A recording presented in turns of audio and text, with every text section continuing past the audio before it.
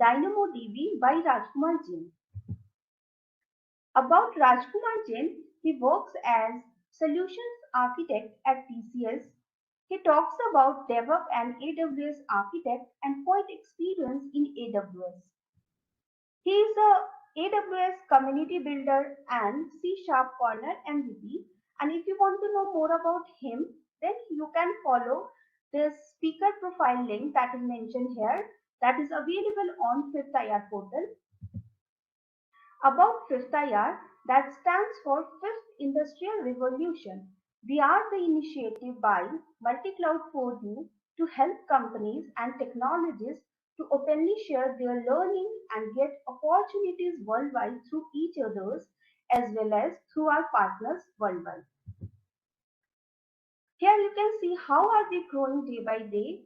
So here you can see there are 5 upcoming events in next coming week, and we have already completed 1055 sessions till date, and 355 speakers, that means active speakers with 5th IR portal, and 8373 certification course available with our 5th IR portal.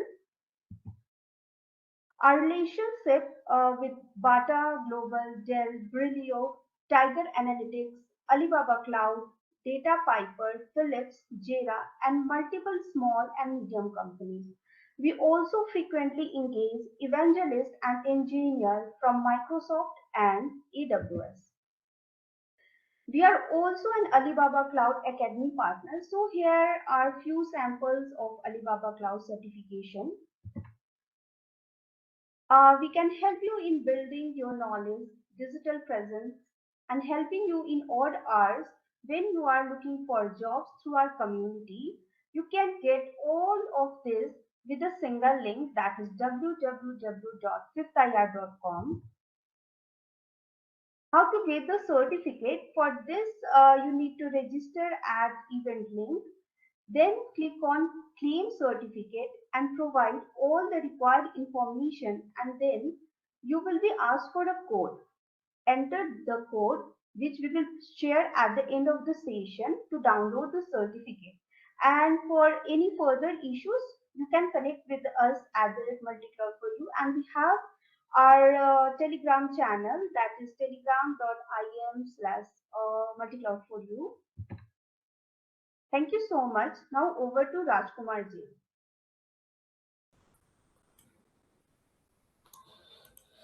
So hello friends, myself Rajkumar Jain. I am a AWS community builder and the C# corner MVP. So today we will start with the with the AWS Glue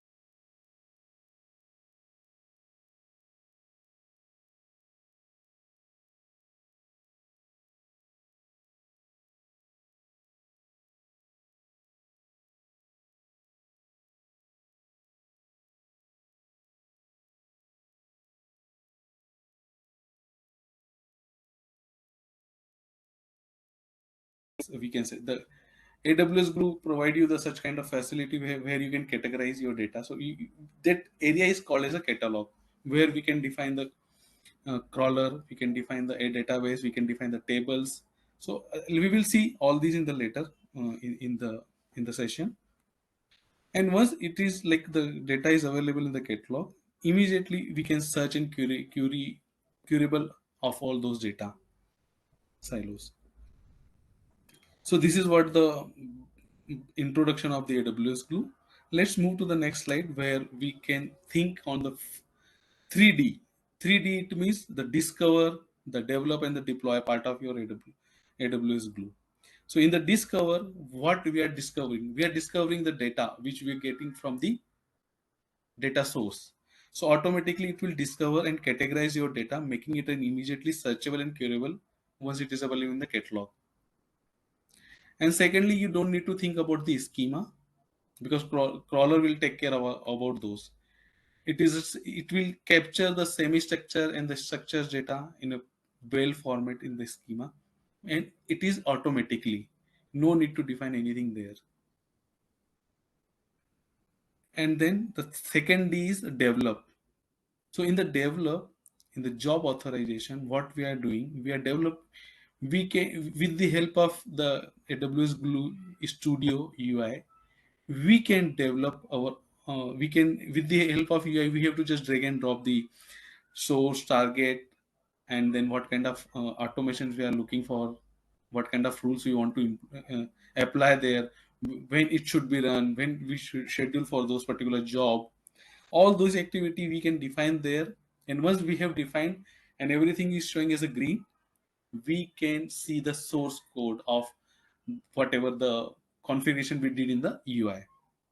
So this is again the beauty of this, because here low code no code concept is there, where we are just doing the UI activity, and the code in the behindly it will create a code for you in the scripted format. Third one, deploy. So the jobs which you have created with the help of UI, you can easily deploy your jobs, because and it's again, as I said, like AWS Glue itself is a serverless. So whatever the activities we are doing there with the help of the different components, they are also serverless. So then your jobs on a serverless environment, it is a fully managed, it is a scale out environment.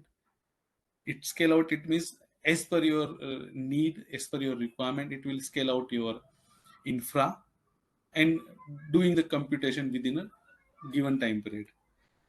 So no any compute resources you need to provision, and you don't need to think about all those. Yeah. So that is what the we need to think, like as a we need to remember this 3D word: the discover, develop and the deploy when we are working on AWS Glue. Now next, so these are those areas where like the AWS will start. So data catalog, where we are discovering and organizing your data in a various databases. In databases is nothing but is just like a logical group of your entity which you have created. It's not like a database which we are using in the SQL Server or in the Oracle in like that. We are just creating the logical group of our entity in the tables which we are defining here in the data catalog. And here we can manage we can organize whatever the data we have in a different way in the like a data warehouse and the data lakes. We can connect all those with our data. We can use our data catalog as a data source, as a target, both target when we have transform data, and source, sorry, we can use it as a source when we have a transform data, and we can use it as a target when we want to put our transform data into data catalog. Then second one is the job authorization, which I have said, like, so in the job authorization, we are just drag and drop the in the UI part. We are defining the connectivity, we are defining the connectors, we are defining the configuration which is looking for making a connection between the source and target. We can define the in between logic on the basis of that the data will get transformed or the data will get enriched. So those kind of activity we are doing in the job authorization, job authoring, and then and once it is done, we can see like whatever we did as a in the UI side, we can see the same thing in the scripted format. We can write our own code. It will give the such a facility to write your own code in the Spark or in the Python language. The basic the third component is which can say is a job executions. So it's just like a cron job which we have created, and we are aware about those. So in the jobs, what we did, we are just making a connection between the source and target, and we are scheduling those activity as per the like a scheduler, whatever the time that activity should perform the operation which we have defined there. So these jobs can be a Spark container which will be auto scaling based on the SLA. And there's, as I said, like the glue is a serverless, so you have to pay only whatever the resources you have used. So pay for only those resources which you have consumed during the operation.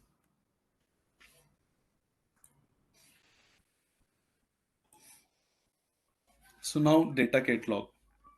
So we will see the UI part, but let's discuss some theories thing about here. So data catalog is just nothing but we are discovering and organizing our data in the data sets, and different kind of data sets we have created. So these are the diagram which will which will help us to understand how we are discovering our data and organizing them to use by other sources. So, for example, we can use Amazon Redshift, Amazon S3, Amazon RDS, and there are multiple other sources are available when we are looking into the in the demo. But yeah, initially Glue just provided only 5 sources. The like out of those 5, these 3 are Amazon RDS, Redshift, Amazon S3, Kinesis, Kinesis host. So these are the like initial sources it was provided, but now in last 2-3 months they have supported multiple databases now. Oracle, SQL, DynamoDB. I was trying to integrate DynamoDB when I used AWS Glue.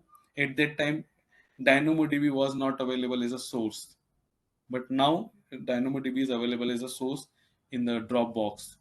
At that time, we have to create in a like a, we can say the jugaad kind of activity we have to do there, and we are creating in some other way. We are trying to create a workaround and use the DynamoDB database to configure it as a source database. So once we have collect the data from all these resources, all these sources, source systems, we transform those data into our Glue data catalog in the database in the table format, and there we use those data or table for as a source database now, because other analytical tools they are using those data which we transform with the help of AWS Glue. They are using those data as a source data because it is now is a knowledgeable source, knowledgeable data which we have transformed, which have been enriched as per our need, and they are investigating and they are doing the analytics activity on those database, and on the basis of that they are making their predictions, they are making their decisions, and so this is how it is working. So in the catalog side, we can see like the database is available. These are the components we can say: tables, connectors, crawlers, classifiers. Classifier is nothing but like it will classify your data, how like the schema of your data. And then so these are the basic 4 components. It was there in the initial phase of the AWS Glue, but now I will show you like what they make changes in the last 4 5 months, and then you will see like how they are working on this area, and how they are they are putting their resources to grow in this area, because it is like for us as who are using the free tier, it is a bit costly. But for the organization which they are putting their millions of dollar in the licensing cost and the on the tool side, they are using this tool as a on a very uh, we can say the very cost effective and the simple budgeting side. So manage a table or creating a table, it provide us in such a way like we are doing in our like relational databases. But here we no need to define the schema, because it will by default it will capture. Or if you want to transform in your requirement is and as per your requirement, then you can configure it. That it gives both a kind of facility there. So through the manage table metadata through a web interface, so it is showing like how we are making a connection between these tables. We can use the Hive Metastore API, we can use the Hive SQL, we can automate these activity through a crawlers, because crawlers give you those facility where you will define the path, you will define the connectors, and on the basis of that you are selecting your target and then configure it accordingly and just run those crawler jobs and schedule it. So once the data is available in your catalog, in your tables, then you can search it, you can classify those and identify the details. Even you can versioning of those tables like this. So classifications where you will define what kind of data it is. So initially it was just supporting the JSON and the CSV, XML, but now it is supporting some Spark and some big data extensions also. So this is what the catalog is. Now the we can say the magic part, or we can say the very useful or the fruitful components of this catalog is the crawlers, because crawlers crawling all the data from the source system without knowing their schemas. It is automatically discover your data schema, and it will put into the data catalog. So this is what it is like run crawlers on demand on a scheduler to discover new data and the schema changes. And serverless, because it is as I said, serverless is only pay when the crawlers is running, otherwise we need to pay. Now automatic schema interface, it is the best part of this crawler, because it will automatically detect the file type, it will automatically extract the schema from the data and identify the partitions. And you can also add your own classifiers. Okay, next. So this is how the crawler classifiers are working. So as I said, like initially it was giving only two kind of connections, but now the connection type is also increased. So initially it was the connector was providing, the custom connector was providing for the JDBC and the object connection, but now we have a multiple connectors there, connections are there, and the custom connector also we can create. So glue crawler, with the help of this JDBC connection, we can connect with the RDS databases, because in the RDS database we have a Postgres, Maria, Oracle, SQL Server, this kind of database which we can connect through a JDBC connection. Object database connector we are using to connect with the Amazon S3, because most of because it is a very cheapest source system for saving to save your data in the S3, because it's a very cheap. So we are using the object connector on in that case. Once we are like we did it, so you can see the other built-in classifier which is category wise. So Amazon RDS have these four, but it's not only these four. We have Oracle and SQL also in the Amazon RDS. Another the data warehouse where like we have a Redshift and Redis also, like people are using the Redis also, but it's a third party one. It's not here. Then data lake side we use the Amazon S3, but in the Amazon S3 also we have a multiple other ways like Avro, Parquet, ORC, JSON and JSON logs. which we got from the different systems like Apache, Linux, Ruby, Redis, any other source system like this. We can delimit it with the help of the comma pipe, because we have a CSV. If we have a CSV files, then we can delimit it by these values. And compressed format also it's supported, where we have a zip, bzip, or ggzip, or different compressed formats which are available. It is also supported those classifiers. Job authoring. So in initially we discussed about the job authoring, where I said like it will give you such a facility where you are, with the help of UI, you are just drag and drop the components, the source system targets, the logic which you are creating on the basis of that source system, transform the data to the target database. So all these activity you are doing with the job authoring, and it will by default generate a script when you save that. So once it is saved, you will get the script also. And if you want to create from the script, then no need to go for the UI. You just go to the script and start writing your code there. And once your code is finished, then you will see the UI, where you will see the complete like setup the from the source system, the transformation in the target one. So we will see in the demo. This is the ETL structure, how the ETL is working. So for example, like in a banking system, every day got a file from the when the business will start, and in the second file we will get in the end of the business. Both the file we are aware, like this file, at that moment we are getting the files from the source system.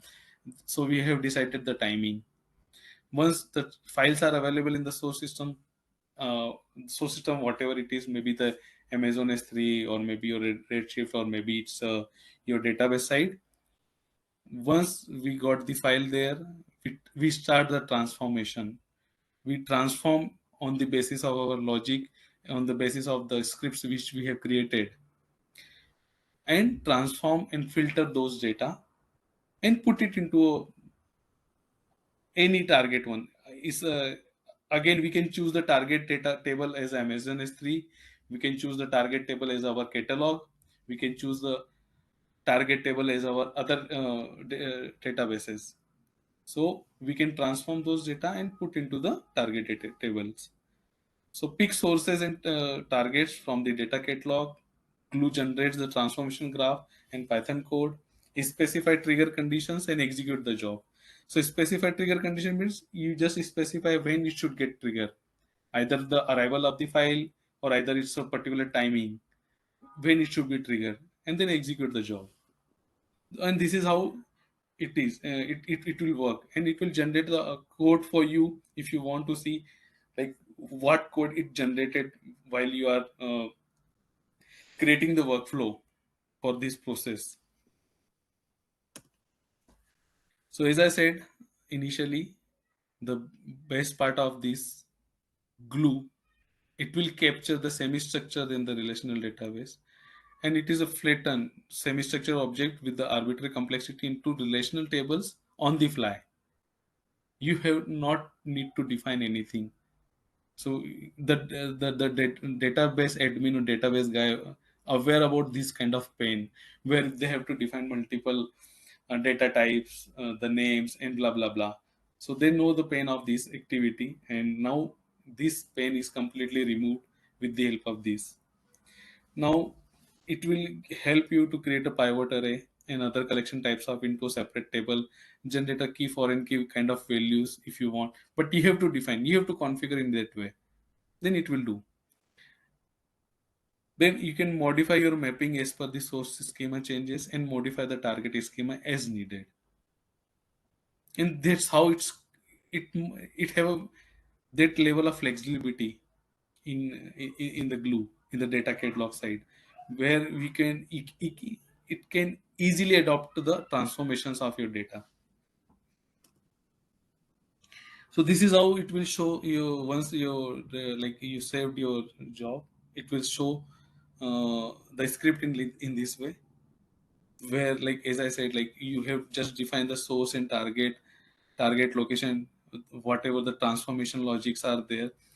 Once you will did this all this activity in the here in the workflow side, and the parallelly you can see the script. But script will appear once you saved it. So script is a human readable code run on a scalable platform like PyStar, forgiving in the fact of failures, handles bad data and crashes. Flexible, as I said, like they handle the complex semi-structured data and adopt the source schema changes easily.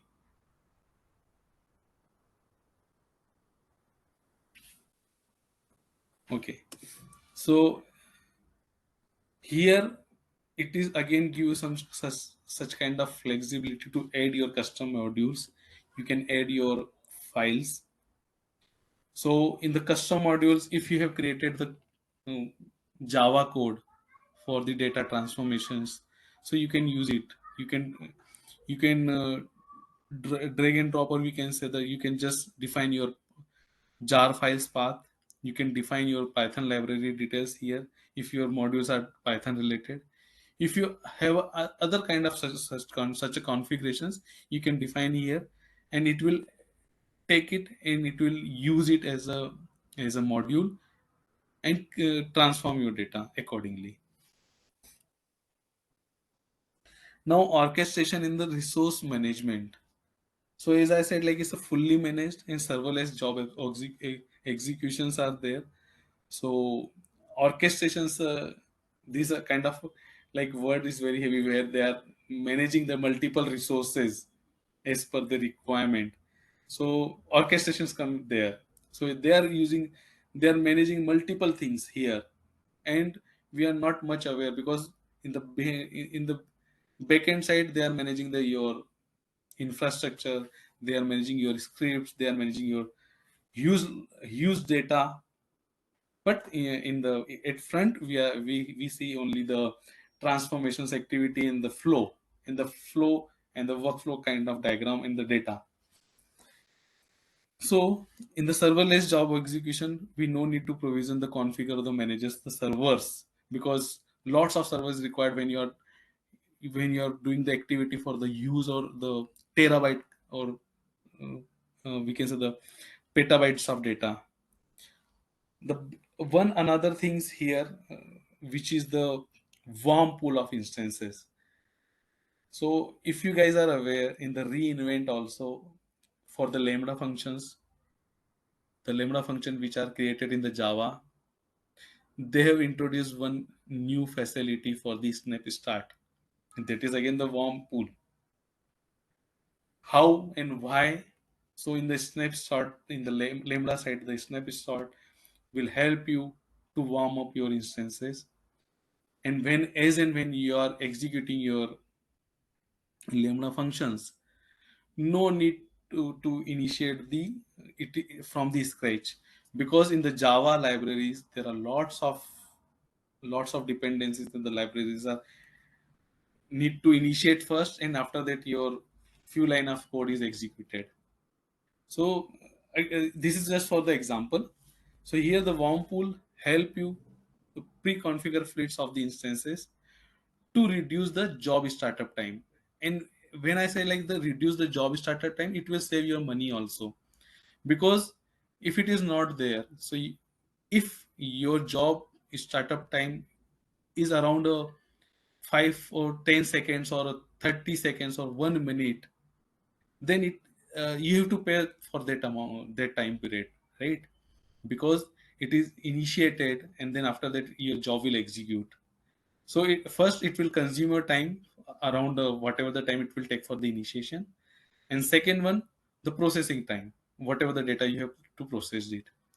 So that it is reduced, and it becomes that it's completely cut off that particular time and the money both.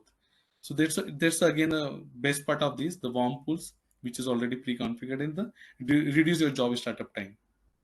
Second one, it's auto configure your VPC on in your role based access for the job executions. Because when you are configuring it, it will ask you like if you already have a that particular role or not, then it will create for you, and it know what kind of resources, what kind of access is required to executing those resources. And other one is the automatically scale the resources to meet SLA and cost objective. And last one, last not the least, is like the best part. Everyone is looking for that. Pay as your consume resources only. It not charge you the extra. Only those resources which you have consumed. And as compared to set up your own data center, set up your own server, and managing all those activity, it is a very less cost as compared to them. Now another things like here, when you're configuring your job, it may be in a particular reason, but you can compose your job in the globally while it is created in a particular reason only. So we can use these easy to use and leverage the work across the organization boundaries. This is what they are saying, trying to say here. So for example, like you're at company working in a, like in a different geography, and you want to collect the data from there. So the job which you have created for this particular reason, the same job you can use there, and you can get the data from there, and you can store into S3, and S3 is the global one, correct? Okay, now trigger the mechanism. So schedule based mechanisms are there on in which you can decide the time of day. Event based, where you can see when the data is available, when your files are available, the job should computer should execute. And other external resources like for the AWS Lambda, and we can also define some other triggers also. On the basis of those triggers, we can execute our job.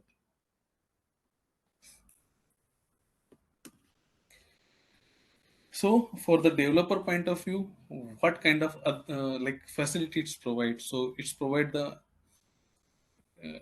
as I said, like it's provide literally a developed code, developed script which you can test. It will develop your script, and you can use those script for other environment or other area also, because the script is written in the like it's completely depend you, like you want to generate this in the Python or other native ones, then it will help you to generate it. So develop your script in a notebook and point it on a glue endpoint to test it. That is also available. You can develop your script in your own notebook in the PyCharm, and then you can just point out that to the AWS Glue, and it will test it. When you are satisfied with your results of your development process, then you can create a ETL job, and that runs your script. That's it. So that's very easy to use it. So development notebook, like in the diagram, is also like showing the same things. So okay, let's move to the next slide.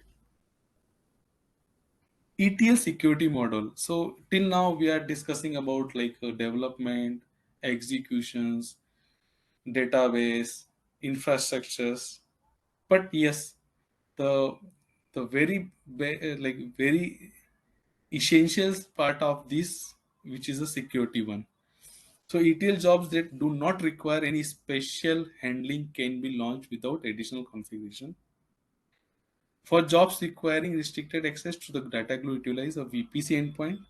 So launching the dedicated ENIs into customer VPCs, which are assigned to the private IP addresses from the customer subnet. So that is also handled by the VPC and the subnets.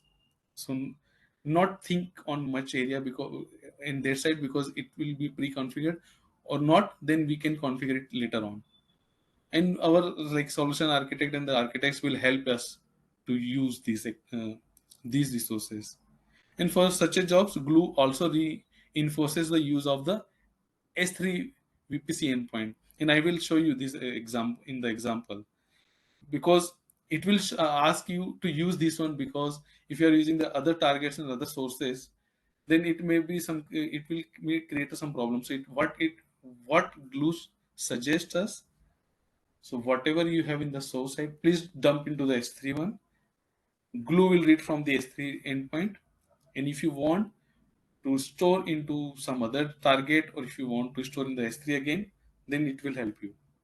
But it will ask you to dump your whatever the data you have in the different source systems, dump into the S3 one in any format, CSV, JSON, XML, blah blah blah. So you can put those file into your S3 bucket, and it will get the data from there.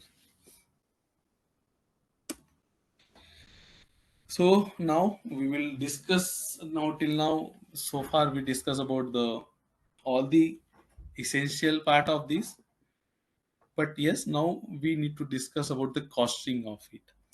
So I will show you again in the demo side, but yeah, here also I can show, as I said, like it's completely serverless one. So whatever you will use, you have to pay only those one, but it again have a cost. So you have to pay only when the time of execution of your ETL jobs. There are no resources to manage and no upfront cost you have to pay, and you are not charged for the startup or the shutdown time. The warm pools, if it is taking 30 seconds, 50 seconds, you no need to take care, think about it, because it will not charge you. It will only charge when the ETL jobs are running. That's it. You are charged hourly basis, and I will show you, like it's a bit costly for us as a like doing some kind of testing or the demo. But when organizers are using it, it will not looking that much costly. But for us, yeah, when we are creating some kind of demo, it will be costly for us. So it will charge you $0.44 per hour on the basis of your uses. So single data processing unit provides 4 vCPU and 16 GB of memory and corresponding networking capabilities. And for that, it will charge you the $0.44 per hour and reason basis. What reason it is available. So on those particular reasons, it will charge you, because I think few of the reasons it is not available till now. So you are billed per hour in the increment of the 1 minute and rounded up to the nearest minute with the 10-minute minimum duration of each job. So you have to pay at least minimum 10-minute duration amount. Data catalog and the crawlers pricing. So for the data catalogs, for the free tier, it is a free till 1000 object over a million. So you can store up to 1 million objects per month for free. If you store more than the million objects, you will be charged per 1 million objects over a million. So whatever the we can say the objects you have stored more than a million, then it will charge you accordingly. An object is a stable, so a partition or a database. So how many databases you are using, how many partitions you have used in the data catalog, it will charge you accordingly. But again, there are some limitations for the free tier. We can use it for that. The first million access requests for per month to the AWS Glue data catalog are free. So you can see here, like the data catalog is moreover free for us. And if you are exceeding this limit, so I don't think for the practical purpose or for the demo purpose, we will exceed those limit. So for us, we can use the data catalog without fear, without like we with the free mind we can use it. So you will only charge per million requests over a first million. Now crawlers. Let's come to the crawlers one. So you will pay an hourly rate for the crawler runtime to populate the Glue data catalog based on the number of data processing units used to run your crawler. Here the crawler is costly because the job of crawler is very crucial here. It will detect your schema, it will go to the source system, and it will fetch whatever data is are available. It will fetch all the data in a one go, and it will restore it. So that's why it's a charging, and it's a chargeable resource.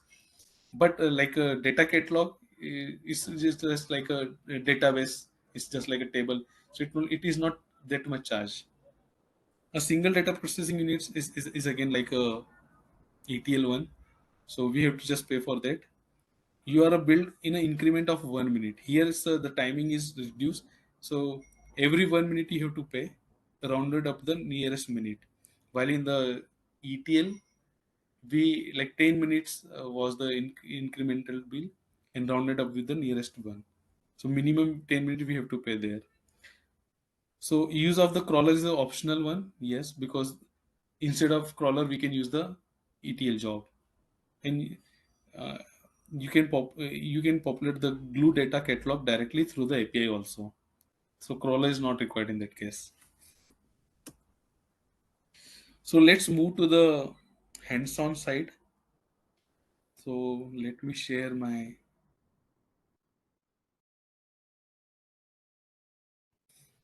AWS account. Okay, I hope it is visible, guys. So in the AWS Glue, you can see here the data catalog, data integration in ETL. It is still giving the legacy pages which was there in the like 5 to 6 months before. And in my screenshot, if you can see, only database and table was there, and crawler and classifier was there. But now they have added the stream schema registry and the schema and the upgraded version of these all.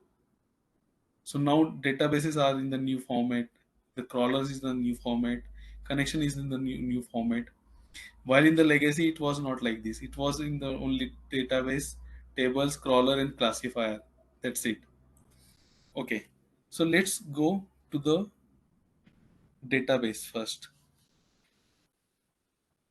So here, when you are creating the database, no need to define anything. You have to just go and add the database name, paste database.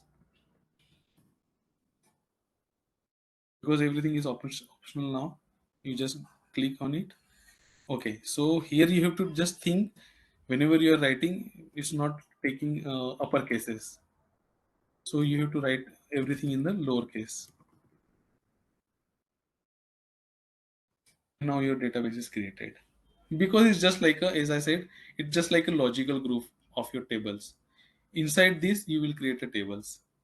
So once you are going and creating the tables, so you can see when I create a table, I will choose where it should belong, in which logical group it should be. Correct? So table again, you don't need to like must think about this table here also. So just give the table name, paste DB. Database you have to choose which one you want to choose and where you want to store this data. Select the source, select the type of source, and the location is specified. You can okay, so you can also get the data from here. If you want, you will just go choose the S3 bucket and select the data from there. And you can define the data format also. So in the classification, initially only JSON, XML, CSV was there, but now they have added the Avro, ORC, and Perquet. Next. Now, define or upload the schema. If you are aware about your schema, then you have to just define it, or you can choose it from your schema registry. So this is now they have shared in the new, because it was not there in the previous one. So you have to just choose the schema from the registry, or otherwise you can define the manual one. But right now I'm not using anyone. I'm just going to the next one, and now you can see it will create my table. So here did not define any schema for this table, because when I crawl it, it will by default created, and it will create the schema for that as per the data. So now we are now, so far we are aware about the database, we are aware about the tables. Let's go to the crawlers. Okay, before doing this activity, let me go back to the AWS Glue. Here I will just show you the cost. So you can see the cost, the job cost, $0.44 per TPU hour for the crawler also, and for the development endpoints. For the catalog, as I said, it is not charge you till the 1 million, but after that it will charge you $1 per month. So 1 million objects are free, and then it will charge you for $1 per month. Catalog request also, initial 1 million request is free, and then it will charge you. So here I will just show you how to create a crawler, because now, like after the November months, they have restricted this service for the free tier. And if you want to use, then you have to make a request, you have to raise a ticket, support ticket for them for that, and after that they will activate it. So right now my service is not working, it is not allowing me to create a crawler, but yes, I can show you how to create a crawlers. And with the help of that you can create a crawler, and then I will show you how it will restrict you. So let's start the test crawler. So let's define the name. Next, here, if your data is already mapped and you are aware about the data, then yes. Otherwise, not yet. So select one or more data from the source to be called. So right now I'm not defining, because as I said, you no need to define your, like, what kind of data you have. It will by default it will capture. Next. So here, data source we have to define, means where it will read from the data of. So here you can see, initially, as I said, only S3 JDBC and the few of the data source was available, but now they are giving the DynamoDB also. In the DynamoDB table, you can define, like, you have to define the table name also. So it's a users. Sorry. Yeah. So users. Then here it is optional, like what kind of scanning rate you want. So you can define it, but it should be either in between 0.2 to 1.5. But I'm not using it right now, because my data is not that much, that level of, like, it's not a huge one. Enabling the data sampling. So if you are using a huge data, then you can click it. So what it will do, it will just taking a sample data, maybe of 10 or 50 records for testing purpose. Then after that you can define it. So I'm not choosing anyone. I'm just going to to add the DynamoDB as a source. Now next, and here I will tell you a few more things, but let me complete this one. So here you can choose the role. If you are not choosing the role, you can click on the create new one. So it will create a new role, like whatever the requirement of these crawlers. So it will create a new role for you. But I already have a new role. I have already created a one role. So I'm selecting it. Security configuration, it is not a mandatory one right now. So I'm just keeping it as a blank and going to the next one. Now, so we have created the crawler, we have set up the crawler properties, we choose the data source, we have configured the security setting as per like the access security and the VPC configuration, but which we are not set up.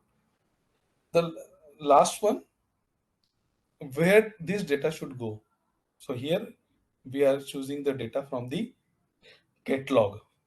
So because it will go to the catalog after the transformation. So I'm choosing the table database here. Table is not required because only one table is there right now. Table prefix, it is again not required. So let me go. Here you can see the crawler schedule. So the frequency is on demand, hourly, daily, weekly, monthly, and custom.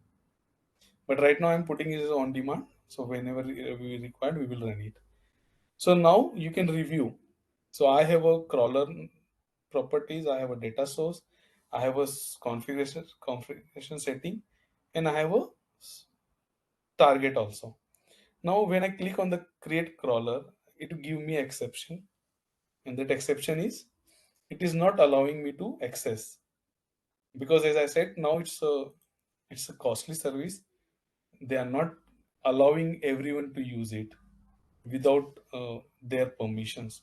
And these restrictions is just occur after the either October or November month. And you can see lots of blogs and lots of uh, social platform, the technical platform where they have asking like why they are not allowing us, and there is no solution for it. You have to just create a one support ticket, and on the basis of those support ticket, they are allowing you, and you have to give the justification also why you want to use this service. So this is what it is. Okay, so till now we covered the data catalog part, and our this part is completely perfect. Once we have a permission, we can create it, because there is a no issue in the crawler. It is only the permissions issue. You can see here only account is not allowing you. Okay, now go to the, and so as I said, like crawler is not required to create.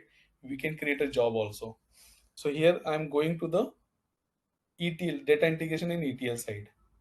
So here I will show you. So you can see the Amazon S3 I'm using as a source, and Amazon S3 I'm choosing as a target, or we can say the destination. Right now I'm choosing this, and I'm using the visual with the source and target.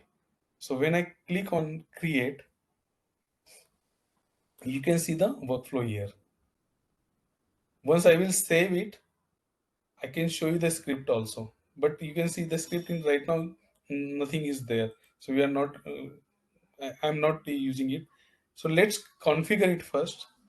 So in my like current lecture, I explain you. It will ask you first of all, you should dump the data. When I instead of S3, if I choose the DynamoDB, it will ask me to dump the data into the S3 location.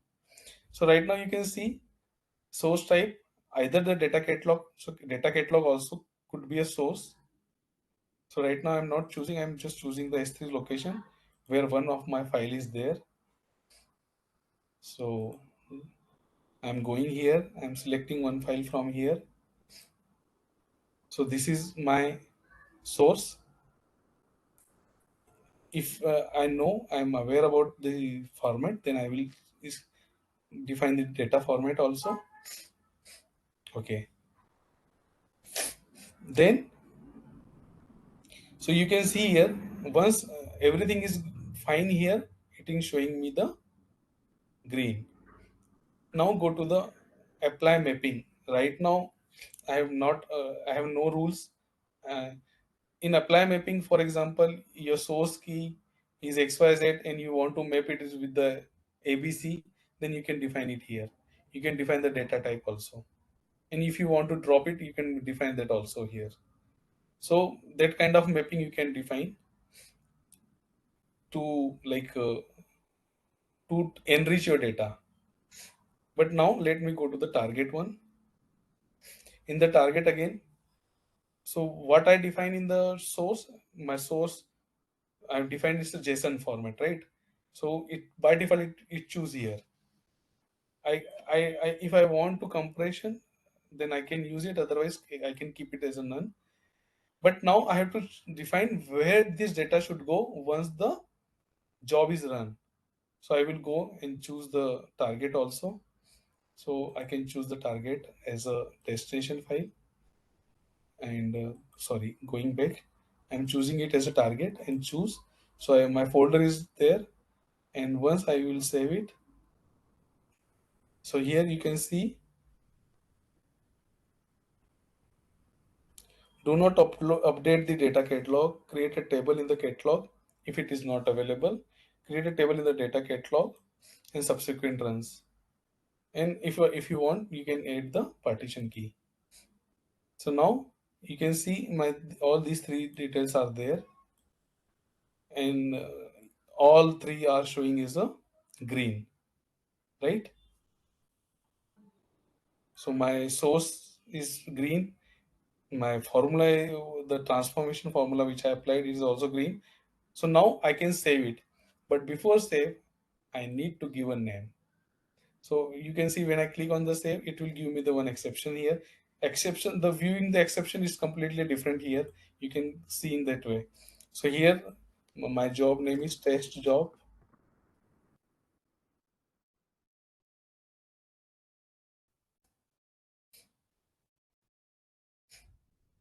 Role I already created, so I choose the role here,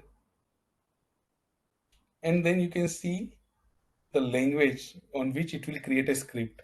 So I'm choosing the Python. I can choose the Scala also. Here, like the multiple glue versions are available. You can choose accordingly. So right now default one is a glue 3.0. Worker type by default it is there. So it is a very like cheap one. So we for CPU and 16 GB RAM by default it's give, but you can choose accordingly if you want. If you want to compute on a higher level, automatically scale. So you have to click on this when you want to create a multiple worker nodes at the time of computation of your data. Release the number of workers. You can define the limit, how many workers should be created, and then once it is done, then you have to give define the type name also. So this once it is done, then you can save. So you can see again here, I'm again have a access denied because it is again the cost is there, but now my script is generated. So you can see the script here, as told you. You can copy this script and you can use it here in your notebook, in the Python notebook. You can copy and use this one and give the glue endpoints defined there. And this is what it is. So now we have seen the glue. We can see the data integration ATL part also. Now triggers, as I said, like you can define the triggers, and in the triggers you can choose what kind of trigger should be there. So on demand, schedule, crawler, and once you have defined it, choose the jobs or callers, and then it will trigger accordingly. Then workflow we have seen there.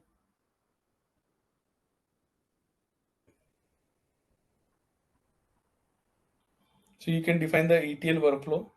So in my uh, slide, I have defined one.